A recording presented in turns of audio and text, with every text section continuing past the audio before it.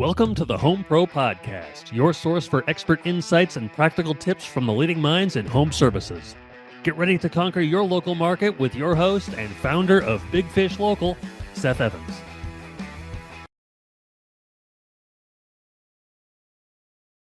Seth Evans here. I am the host of the Home Pro Podcast, where we explore how marketing can empower home service professionals to become the big fish in their local pond.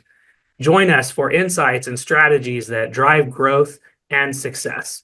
On this show, we've had guests such as Greg Nelson from Rent-A-Monkey, Tree Service, Terry Cool from Garber Electric, and I'm really excited about the guest that we have today. His name is Ryan Lee. Ryan is a transformative force in the landscape lighting industry, leveraging his 17 years of experience to help others achieve remarkable success through his coaching program, Landscape Lighting Secrets. Ryan's proven systems and frameworks empower his clients to transition from hands-on operators to confident, high-performing business owners. Since launching the program in 2021, Ryan has helped his clients collectively generate more than $36 million in trackable revenue. Ryan, welcome to the show. Thanks, man. Seth, I'm fired up. Thanks for having me on here. This is going to be an awesome conversation. I think so too, Ryan. I'm really excited to dive in. Before we jump in, I do have a quick message from our sponsor, which today is my company, Big Fish Local. Big Fish Local is your trusted partner in navigating the digital landscape. Our dedicated team specializes in creating impactful digital marketing strategies tailored to your business needs, from optimizing your website for search engines to enhancing your presence on social media. We are here to help you thrive in your local market. So discover the potential of your business with Big Fish Local's comprehensive marketing solutions. And if you'd like more information on how we can boost your visibility online or drive your growth, just visit bigfishlocal.org. I hope to see you there. All right, Ryan, we're back to you, and I have some questions that I'd love to dive in. I have already read a little bit about you, and maybe some of our listeners have as well. But when I was exploring Landscape Lighting Secrets, the question that kind of came to my mind is, how did you get started in this space? What brought this on for you? You know, it's amazing because almost everybody, in fact, I would say everybody in the landscape lighting industry never planned on being in the landscape lighting industry. It's such a very unique niche. But basically, you know, I grew up single mother, not extra money or anything like that. And I just wanted to be the first one to get a college degree in my family. So I was determined to do that. But growing up, I never knew about entrepreneurship, anything, but I just had this fascination with money. And so I'd like shovel walks and do all sorts of things to earn $20. Well, when I was getting married, I needed some extra money. And so I knocked doors and cleaned windows. And I made, you know, a few $1,000s that summer, enough to get married. We didn't have a fancy wedding, but enough to get married. And at that time, I wouldn't say I started a business. I definitely started a job, but that was kind of my introduction to it. And one day after I got my degree, I got my MBA, I was talking to my brother about blowing up this window cleaning business and taking over the world. And he told me about how he had done these 2 landscape lighting jobs that were $4,000 each. And I thought, and I said out loud, I'm like, what kind of idiot would pay $4,000 to put lights on their house? You know, I just was not in that world at all. Was not in that income bracket with my mother growing up, right? And so he said, yeah, apparently that's like a small job. And I immediately said, you know what? I'd much rather sell a $4,000 lighting job than a $250 window cleaning job. And that was the day that we decided, you know what? We're going to start an outdoor lighting business. And he knew a little bit more than me at the time, but we didn't know much. And it was honestly just like, hey, how can I provide for my family and get in a faster vehicle to success? It was just a financial decision at that point.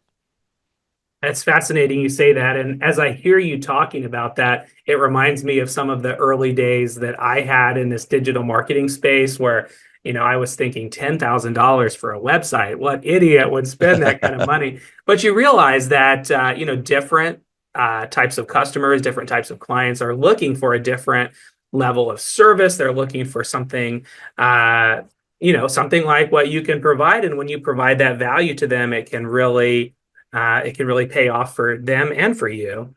You know But what's crazy? I thought 4,000 was nuts. We grew our business to do a few $1 million per year in only landscape lighting, and my biggest job was $150,000. This is for high end residential. I have clients now that are doing jobs that are three, four, $500,000, and these are residential. These aren't like hotels, commercial spaces. So, yeah, there's the world's a lot bigger than you think.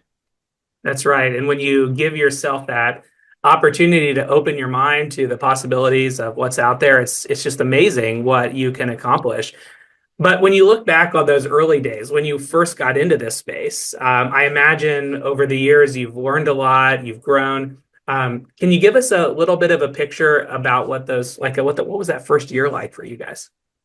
Well, honestly, the first about 2 years were the most exciting because I was like, here we go, baby. Like, this is it. I had a sales job that I kept for income because didn't trust myself. I wasn't sure. I'd never started a business, right? So for that first year, I had health insurance, I had income, but I noticed I went from literally being the top sales rep in this software company to like number two, three, four, five, 10. All of a sudden, I wasn't as focused.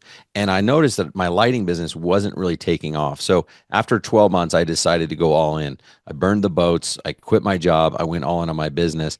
And it was very, very difficult. I mean, there was months where we couldn't pay ourselves. We decided to make some hiring decisions to keep some people employed because we knew we didn't want to deal with like temporary labor issues and stuff. But that meant we couldn't afford to pay ourselves. Luckily, I had some money saved. But you know what? It didn't matter. I was just like, this is the American dream. Like, I didn't care how hard it was. I didn't care that I didn't sleep. I just was excited to start my entrepreneurial journey. The next, 5 to 7 years were like the hardest and the worst because I got over like the honeymoon phase and I had to actually start figuring things out. Yeah, and as you were, going down that journey, I feel like that is such a that will resonate with so many of our listeners. As they have navigated their own businesses and if they've made it past some of those big hurdles and milestones, and they found out there's something else to learn right around the corner. What were some of the biggest turning points for you over that 5 to 7 year period you were just talking about? Well, at first, I don't think it mattered because I didn't know the difference between like an entrepreneur and like being a business owner and owning a job.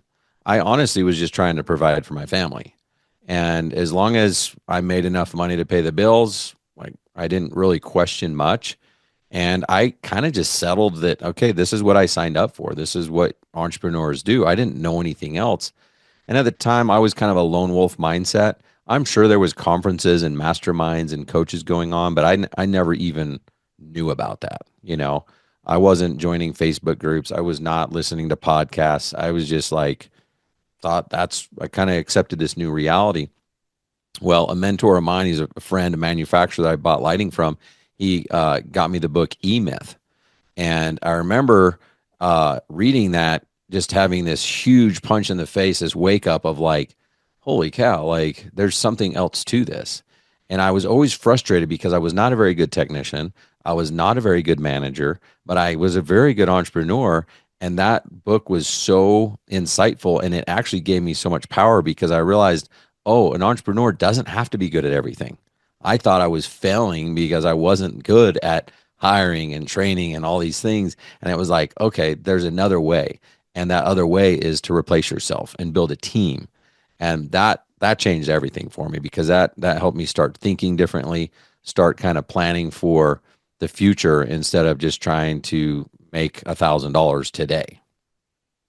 Yep, I've got that book on the shelf sitting right here next to me. That was a big one for me as well. So if any of you listeners haven't read it yet and you're running a business, do yourself a favor, pick it up for sure. But when I'm thinking about, some of those hires you just mentioned, how do I start replacing myself? How do I, you know, how do I get these things taken care of that this is not my area of expertise, or I'm just not good at that. I have these other skills and talents. Tell me the story of just one of those hires that made a huge difference for you specifically. Dude, I got stories for days.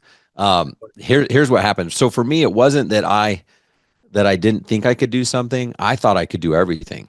And I think that's a challenge that entrepreneurs were like, well, no one's going to be able to do as good as me. I mean, who's going to sell better than me? Who's going to like provide better customer service? No one's going to care because they're not owner. I'm 100% invested. These other people just get a paycheck. And so that was kind of on my mind. And then the other thing was on my mind. I was like, I can't afford to do it.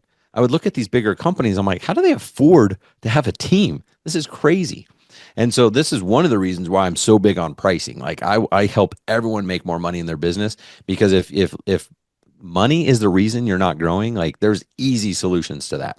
So back to the position was that this is what happened. I was in a tree changing a light for a customer. This was back before LED came out, halogen days. Lights would go out pretty often.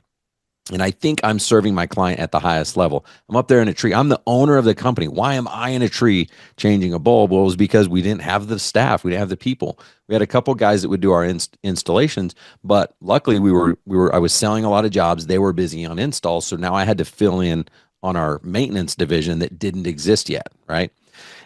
So I'm in a tree. I miss a phone call. I called a lady back, and super nice lady. I'm in Texas. Most people are super nice in Dallas. They got that Southern accent. Just a great lady.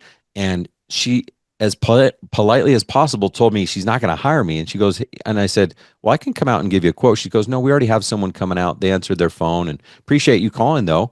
But they're already coming out tomorrow. And I said, well, no, I totally understand, but I can come out. Heck, I can come out today, And she's like, no, as long as they do a good job, I think we'll go with them. And that was like, I mean, that was so eye-opening, because at the time our average job was $5,000. And I just felt like, oh my gosh, I have to go home and tell my wife I just lost $5,000. That's exactly the feeling. And then what happened was I started thinking, man, how about all these other phone calls that I missed? And I called back, and they didn't even answer my phone. They weren't as nice as this lady. Like, they didn't even answer the phone. And it's 5,000, 10,000, 20. All of a sudden, in the past 3 months, I had $60,000 of lost revenue that was because I was serving my client at the highest level, and I was in a sales appointment, I was in a tree, whatever it was. And it was in that moment I realized it's not that I can't afford it. I can't afford not to have these people. And that was huge for me, because now all of a sudden I was kind of forced to get a shop, get an office manager in place. And it was, $60,000 investment that I was like, how are we going to do this? And now all of a sudden I bought back my time, and I had more time to increase our sales and our marketing. And now our business grew. Oh, that is so key. I'm glad that's the story you chose to share, because I think for so many home and commercial professionals out there, that's one of the biggest eye openers. And if you've made it past that hurdle where you said, okay, I am going to take care of this issue. I'm going to have someone answer the phones. I'm going to maybe even have someone 24/7 answering the phones if that's what it takes. If I have leads coming in at 9, 10 o'clock at night, that is a constant struggle for entrepreneurs, I'll call them, that are just starting out in that space, or for folks, because it seems so scary to make that investment. Yet, like you just said, you can't afford not to. When you neglect that part of your business, you miss out on so much opportunity. Well, and this was an example of like a new lead. Well, what about the customer that maybe you've already done business with, and they call you back because they have a service call or maintenance or something like that, and it takes you some time to get back to them? Well, most people don't understand the lifetime value of a client. It's one thing to earn their business up front, but what happens after that? In landscape lighting, when I first started, I thought it was just a one-time thing. So if my average was $5,000, it was like, man, okay, cool, I got $5,000, but I got to go hunt for the next one. Well, I realized after about 5 years that that's not the case. It's very much a residual business, because these people that spend $5,000 with you now, next year they want to do lighting in their backyard. And then, a couple of years later, they get promoted and they go from $1 million house to a $2 million house, or maybe they sell a business or they have some financial gain. And a lot of times they'll stay in the same area. So we had clients where we were doing jobs multiple times over the span of 5 to 10 years. Rich people get bored. And even if they have everything, they're like, well, I'll just sell this house and do another house that's nicer. Like they really do. They want to complain. They want to argue with contractors. Like, there's something about it. And so we found out that, man, the lifetime value of these clients is exceptionally high. They buy a lake house, whatever it is. And so if you're not taking care of your clients and you're not picking up that phone every single time, you're missing out on the easiest part of business, the repeat business, the gravy, you know? Yeah, that's so good. And I think we've seen that, of course, in the marketing space. I mean, there's always another marketing campaign coming down the trail, but in the home and commercial services space, I know that for a fact from my clients and the experiences they share. We have the technology to track where every single lead comes from for the clients that we work with. And the number of repeat calls that we see come in from the same person, and it might be a week from now, a month, or it could be 2 or 3 years down the road, but that business keeps coming back. I know that lifetime value is there and how key that is. So I think that was really good. Now, Ryan, I know that for you, one of your secrets that you have to share is increasing profits. And for a lot of folks in this space, that is something I hear is I'm out there grinding away job after job where my guys are working really hard, but we feel like we're not making any more money. Maybe I'm twice as busy as I was last year, but my profits feel flat or they're not increasing with the increased sales. What would you say to someone that is telling you that? I've got the easiest solution for you. Let's It's hear not it. that complicated. That's what I would say to them because, like, it's normal. Like when you start a business and you're trying to gain market share and things, you just do whatever you can. And a lot of times you don't know your value and you honestly don't know what it costs you to run your business. So I ran into the same trap. When I started my business, we were selling projects for half the price of the competition. And that was part of my sales pitch, Seth. I was like, hey, well, we're kind of like as good as them, but we're like half the price. So why would you not go with us? And a lot of people believed me and they go, yeah, let's do it. And we were as good as them. We were on our toes. We were hustling everything else. But then after a while, you wonder, where is the money? Like, how do these companies do it? It doesn't make sense. And it's simply because you're not charging enough. And so when you look at pricing as a tool, as a lever to pull in your business, this is magic. Okay, this is pure magic. A 10% price increase. When you look at like the general home service business, most of them on average are making between 10 and 20% net. Okay. Some ballers out there are making 30%. The people who say they're doing 40, 50, they just usually don't know their numbers. But when all is said and done and you pay yourself and you pay for all your bills and stuff like that, let's just say you're making 20%, right? Well, if you're making 20%, that's not bad, but most people aren't even making that. But let's just, give them the benefit of the doubt. If you're making 20 and you raise your price by just 10%, you realize that's a 50% increase in margin because that 10% goes straight to the bottom. And so this is how you do the easy inputs to maximize your outputs. And I'm not trying to get people to double their price, which in my program I am. I'm like, no, we're going to go more than 10%. But I always have people start with 10 so that they can prove to themselves that it's not going to change anything.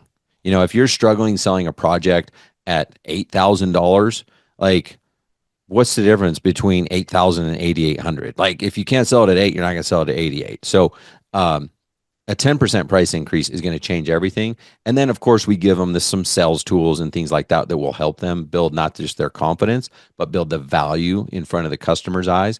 But I'm telling you right now, pricing is everything. And the tip I'll give you is price like who you want to be, not like who you are today. And I learned that the hard way. So who you want to be, well, you need an office manager. You might even need someone else in the office to answer the phones and help with some of the prep work. You probably need another or two technicians. Do you need another salesperson? Do you need a production manager? Okay, how much is all of that going to cost? Oh, and then you need a couple more trucks and your insurance is going to go up and your fuel and all these things. So calculate what your dream business costs, reverse engineer the math on your total number of working days that you have, and you can figure out what your daily overhead is going to cost you. And so this gives you a budget. And so when your customer says, hey, I'll do it, but if you'll do it for half the price, the answer is immediately no. It's like, I can't do that because you can't grow to your dream business. So knowing your numbers, understanding where your pricing has to be to get you where you want to be, and then it kind of becomes easy. Yeah, I think that's amazing. And when you think about it, the way we live the rest of our lives fits that same model. I mean, you wouldn't design a workout plan for the person you are today, right? You have workout goals. You're going to design it for the person you want to be. You wouldn't design your eating plan for, who you are today. You're designing a diet plan or an eating plan for the kind of person you want to be. And for some reason in the business world, we don't connect two and two to put that together. So once you realize that we need to charge the price that we need to charge for the person we want to be, we need to act like the business owner we want to be, the business we want to be, that just makes such a big difference. Yeah, and it's obvious when you say it, but I remember being in the moment, and I would tell people, "Hey, we don't have the overhead of that big company, and we're going to pass those savings on to you."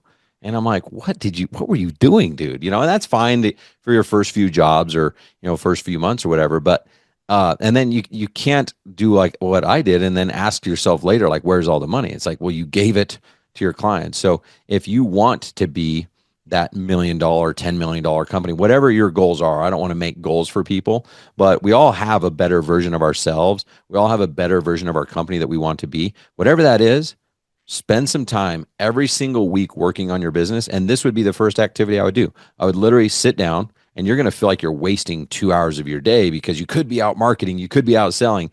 This will change your life. This will change your trajectory because it gives you a goal. Like this defines what you're going after instead of falling into the trap like I did, where you just own a job the rest of your life. And honestly, if you work for yourself, you're like the worst boss because you're like hard on yourself. You work late hours. You don't get overtime. Like you're up early. If you're going to just be self-employed, just go work for someone else. Come work for me. I'll pay you more than you're making now. You'll work less. You'll be happier. There's just an easier way than to start a business and be self-employed. When I started this business, I fell into that same pricing trap. And you have this idea that you're doing your client a favor, like they really would like to save that money. But I mean, if you ask 100 prospects, would you rather save 10% and get decent service, or pay 10% more and have an amazing experience? To them, 10% is nothing. Like they don't care about. Of course, everybody's going to say they care about money, but in the end, I think the results speak for themselves there. You'd really rather pay just a little bit more and have a much better experience. So. Absolutely. And I love that word disservice. I think you're doing a disservice to your client, to your team members, to yourself, to your family, to your community. I mean, we owe it to people to give them our best. And if you're not charging a premium price, how are you going to afford high quality talent? How are you going to afford high quality materials? How are you going to afford a high quality marketing company and do the campaigns that are needed and stuff like that? So, if you want to stick around and you want to, serve your client at the highest level, provide that red carpet, white glove experience, it's going to cost some money. And everyone's different, and everyone has different goals. But instead of trying to cut costs, that's a race to the bottom. It's all about raising your price, charging and knowing what your worth is, and delivering that experience. That's what gets you that repeat business later on too. I mean, the year I sold my business, we did $600,000 in repeat business alone. We didn't have that luxury year one because no one knew who we were, But if you do things the right way, the easy stuff happens later. That's when you get momentum. And these businesses in their first 2, 3, 4 years, they haven't had momentum yet. And it's super, super difficult. But if you'll stick with it, stay on the gas, keep serving your client, you get into that momentum phase and life becomes fun again. Absolutely. And, other than pricing, is there another common mistake that either you've made yourself or that you often see people in this space making that you have learned a lot from? Yeah. So, I mean, I there's 3 levers that I really help people focus on when we start working together. Number one is raising your price. I mean, I haven't met anyone that I haven't helped raise their price. And even the ones that are like, no, we're already the top end of our market. I'm like, cool. So what's an extra 10% going to be? Nothing. Like let's double it. Like you're already the highest. So raising your price, obviously number one. The second one is sales. It's really closing deals on the spot. A lot of people are afraid to close deals. They're afraid they're going to look like a dirty car salesman, whatever it is, right? Closing deals on the spot, especially for our industry, the average ticket's about 10 to 12 grand. And people are afraid, like if Seth, you called me, you wanted lighting, most people would come to you, they would talk with you, they'd take notes, take pictures, they'd go back to their office and email you a proposal that says 12 grand. Well, I'm going to actually provide you a better level of service, because the number one thing that you want to know when I come to your house and you call for a quote for lighting, what's the number one thing you just off the top of your head? Yeah. What do you want to know? I want, how much is this going to cost? How much is it going to cost? Yeah. And like 95% of contractors are afraid to tell people what it costs. And I'm like, wait, I'm the only one giving my clients what they want. So I'm not only going to tell you a price, I'm going to price marinate you early on. I'm going to let you know early in advance, so that when it comes to closing the deal, you don't have sticker shock, you have sticker relief. And so closing deals on the spot is huge for people. It increases their closing rate, because what will happen is, like, let's say I tell you it's $12,000 and you go, well, that's a lot more than I thought it would be. It allows me to really solve problems. Some call it overcoming objections, but you're just solving a problem. You want what I have. Otherwise we wouldn't be talking, right? And so I'm like, Seth, what's holding you back? And if I can really find out the problem is, well, you don't really care about these satellites that I said were super important, and you really only want to spend 8 grand. That's fine. I'll find a solution that's worth 8 grand. Or do we need to do something else? Maybe I offered you something for 12, but it wasn't valuable. Maybe I have to offer you something that's $20,000 that's more valuable to you. It's not always about coming down. You might go up. So it's just finding out the problem and finding a solution. So the second one is truly closing deals on the spot. And then the third one that I teach is, it's really hard to charge a premium price and close deals on the spot if you're not in front of a high quality lead. Mm-hmm. So the third thing is high quality leads. Those three things I've seen be like trifecta that hold businesses back forever, is if they're not getting high quality leads, they're not charging a premium price, and they're not closing deals on the spot, their profitability is no bueno. Yeah, that's so good. And as I was hearing you talk about that, especially that second piece of the puzzle. So you've got the right price to build the business the way that it needs to be built, to run it the way you need to run it. And maybe you've got a great prospect, but when you walk away from that client, that opportunity is going to disappear so often. You're just giving them the chance to hear from 2 or 3 other people. Why would you ever want to do that? So I think that is so key. And it's definitely something that we've learned in our business as well. Something I constantly try to remind my home and commercial services people about. It's a little bit harder in commercial. Oftentimes they have to submit RFPs and things like that. But in the residential space, there's no reason to delay that if there's any way you can provide that. So, we've heard a lot about your lessons from running your own business and what you've taught some of your students. I know some of the people who are listening to this might be thinking, I don't do landscape lighting now. That's not part of, our offerings. And I'm sure they're going to be able to apply some of these lessons to their business anyway. But some of them might be wondering, like, is this something I should check out? What's a good indicator that this might be a good fit for somebody? Yeah, great question. I would say this. So there's lots of different ways to grow a business. And I would say, number one, master what you're doing now. So if you're in lawn care, roofing, whatever it is, like, you need to be good at that. If you jump around too much, you're just got that shiny object syndrome.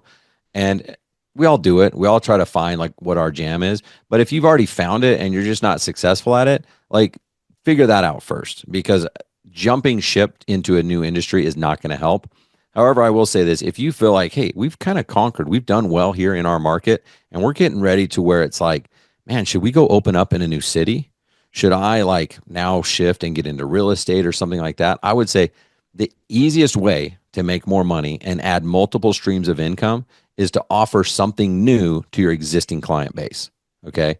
So if you're in landscaping, or if you're in pressure washing, window cleaning, whatever it is, and you're not offering them holiday lighting, landscape lighting, or the new permanent lighting that changes colors and stuff, you're missing out on a huge opportunity, because you already have this trust, you already have this relationship built with a client base, and you're honestly sitting on a gold mine. So you just send out the information of like, hey, we have this new opportunity, and that's like the easiest way to get to kind of test it out. If you get some hits, then we have some tools and resources. I have a Lighting for Profits podcast. I have some free resources I can give to people. And then we have some paid things as well. We have like a low ticket lighting academy that people can join where we help them learn design, learn installation, learn how to start their business. We've got our coaching program, of course, Landscape Lighting Secrets. But what I would say too is the easiest is start with your own house. Like you don't even have to decide that you're going to jump into this business. Like get some lights, do your own house, and see if it lights you up, because it's highly addictive. Like when you see the before and after and you experience it, you're like, dude, that's cool. And it's the gift that keeps on giving, because if you do someone's roof, like they don't think about you every day. They think about you like the first day, like, oh, that's pretty. But when you do someone's lighting, they think about you every single night. They drive up to their house. They're like, holy cow, I live in paradise. This is amazing. They come home to relax and unwind in their backyard. They've got this sanctuary, this place to entertain and unwind. It's pretty magical. So do a project or two and decide if like, wow, I could actually see myself bolting this onto my business. Yeah, and with lighting, so we've added a lighting to our own home, and that's the thing I probably get the most comments about from other people. So even if Right. I'm not thinking about it, people are reminding me, "Oh, your house looks amazing. The lights look so good." I mean, I got a That's new awesome. roof, and I got a few comments on it. People that are paying attention to that kind of thing, but a lot more comments on the lighting. So it really does. I think you're right. They're thinking about it. Their friends and family, neighbors are thinking about it. So yeah, it seems like right now too is it's an especially good opportunity, just knowing how much the technology's changed in the last decade or so. I mean, lighting is so different now I mean, I'm not a lighting expert, but from what I've seen, it just seems like there are so many more options now. There really is. And these next 10 years are going to be amazing. So much opportunity for growth because of that. Really all the lighting that we teach is low voltage lighting. So it's 12 volts, not 120. In most states, I don't want to say all because there are some restrictions where you need a low voltage license, but in most states, you don't need to be an electrician. You simply need some training and stuff like that. But it's not rocket science. And a lot of the guys that have been in the industry 20, 30 years, they're not going to like me saying that. But there's really this high perceived barrier to entry to this industry, which has been awesome because it's kept it somewhat small and protected. So it's not like, even though I feel like almost anyone can start the business, not everyone does. When you get into some of these other industries, like anyone, like I got started in window cleaning, anyone can go buy some squeegees and go do it, right? You have a ladder. This one, it's a little bit more perceived risk and perceived barrier to entry, but it's not that complicated, especially when you get some training and we help you with design and installation. Then you have to solve the marketing problem, the sales problem, the pricing problem. But we teach all that. That's awesome, and I know some of my listeners are going to be are going to be really intrigued by that. So I appreciate you mentioning some of those resources where they can find out more about that, learn more about you. But Ryan, as we're kind of wrapping up our time together, I was curious if you'd be willing to share just a little bit more about yourself. Do you have any habits, hobbies, routines? Maybe just a little strange, quirky, or different than most other folks. That's awesome, man. I don't know if it's strange or different than most, but I love the outdoors. So I grew up in Utah, moved to Texas, start my business, sold it, moved back to Utah. So, I got 4 kids. We're always trying to jump in rivers and lakes. And my kids used to like it more. Now they're getting older. They're like, what are we doing, Dad? So that's probably weird. We camp and ski and snowboard and do all this stuff. So I love that. I read the book Atomic Habits several years ago, and it talks about just starting these small habits. I've always wanted to be in good shape, but I'm too lazy. Like I don't really want to go to the gym. I get a membership and I go twice and then I quit and I pay for it a year and then I finally cancel. I don't really eat that healthy, but after reading that, I was like, okay, here's what I'm gonna do. Because usually I'd go to the gym and I'd like pump, get like jacked for like an hour, and then I couldn't move my arms for like a week, right? So that book's different. It's like pick a small habit that you can knock out in like 2 or 5 minutes to get started, right? So I started 2 years ago doing 20 push-ups a day. And I can't even remember how hard 20 push-ups was back then. I think I could do it, but I just can't remember. But I knew I could stick to that, whether I was camping, in a hotel room, whatever. I didn't have to visit a gym. No excuses, 20 push-ups. And then after a while, I did 21 a day, and then 25 a day, and then 30 a day, and then 32. And I just kept stacking. So now I do 200 push-ups a day. And that's been an awesome habit. And occasionally I'll miss, but like it's pretty steady. Like it's a habit. Like I always think about it. I used to not floss. I floss every single day. I just added 60 bicycle, I call them bicycle like sit up things. So I'm just stacking these small habits that I know I can do every single day. I'm drinking 100 ounces of water a day now. And these are all just small habits that are getting bigger and bigger. And I think developing any habit is good because it teaches your mind discipline. And now I've committed to 3 Spartan races this year. I've never done anything like that. I'm now running to train for this thing. And I'm telling you, my motivation is zero. It was 26 degrees yesterday and icy and snowy on the ground. And I'm like, I don't want to go run, but I'm disciplined. Like I have a schedule. I'm going to do it. So I'm out there running. And I was like, it's just going to be 20 minutes. I'm going to go run 2 miles. It's going to take 20 minutes. The discipline is what people need because motivation is going to come and go.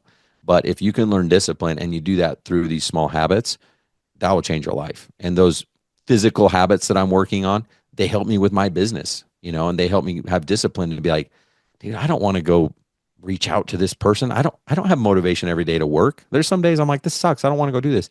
But my discipline is what helps get me to the next level. What a great insight. I really like that. And I've seen it in my own business and my own life, how little things like that that you commit to and you stick to. You just prove to yourself, I can do this. I can do this. You do it over and over and over again.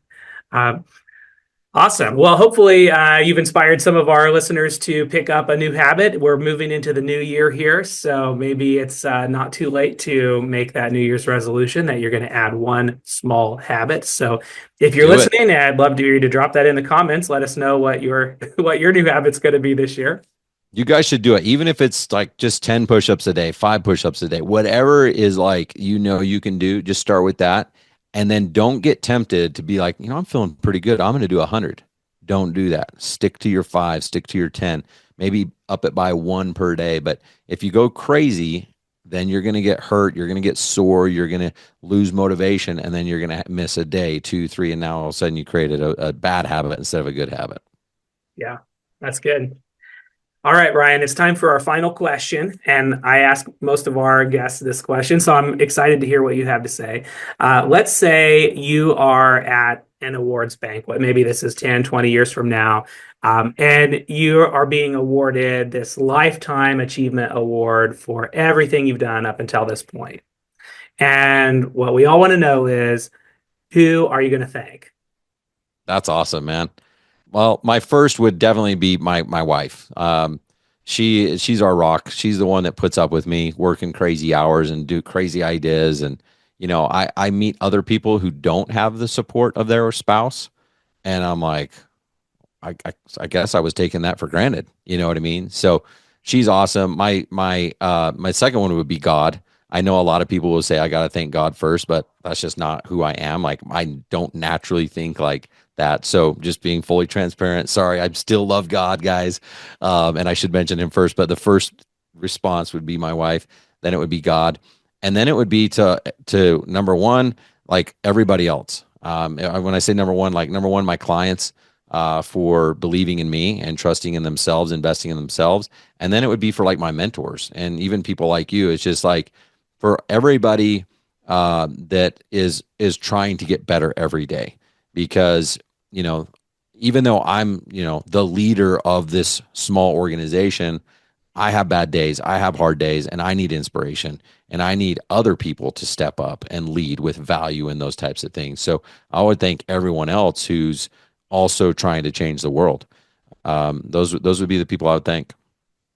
I love that, Ryan. And I've heard it said that an attitude of gratitude is really one of the key pillars to success. And it sounds like you've got it in abundance.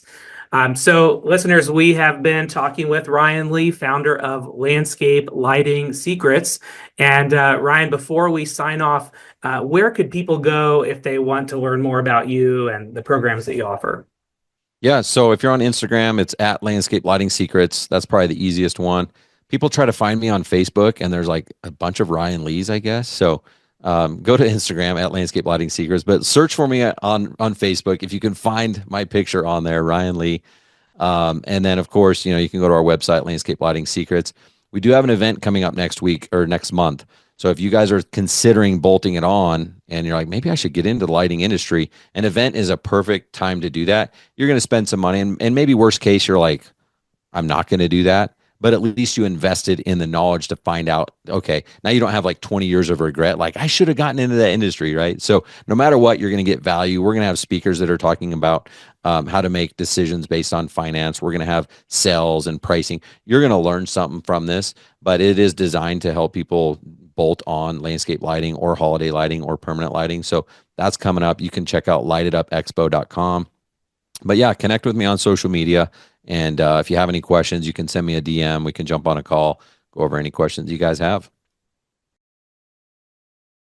Thanks for listening to the Home Pro Podcast. Be sure to click subscribe to be notified of future episodes. We'll see you again next time.